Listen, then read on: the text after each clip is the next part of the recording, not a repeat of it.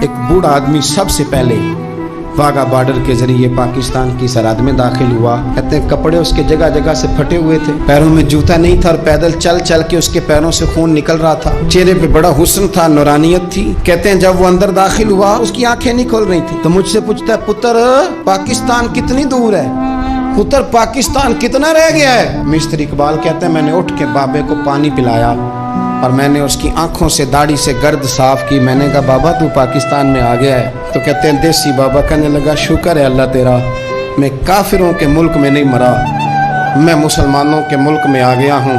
کہتے ہیں یہ لفظ کہہ کے اس نے اونچی آواز میں لا الہ الا اللہ محمد رسول اللہ پڑھا اور اس کی روح پرواز کر گئی. ان جذبوں کے نیچے یہ وطن بنا ہے, ان جذبوں کے نیچے, ان جذبوں کے نیچے.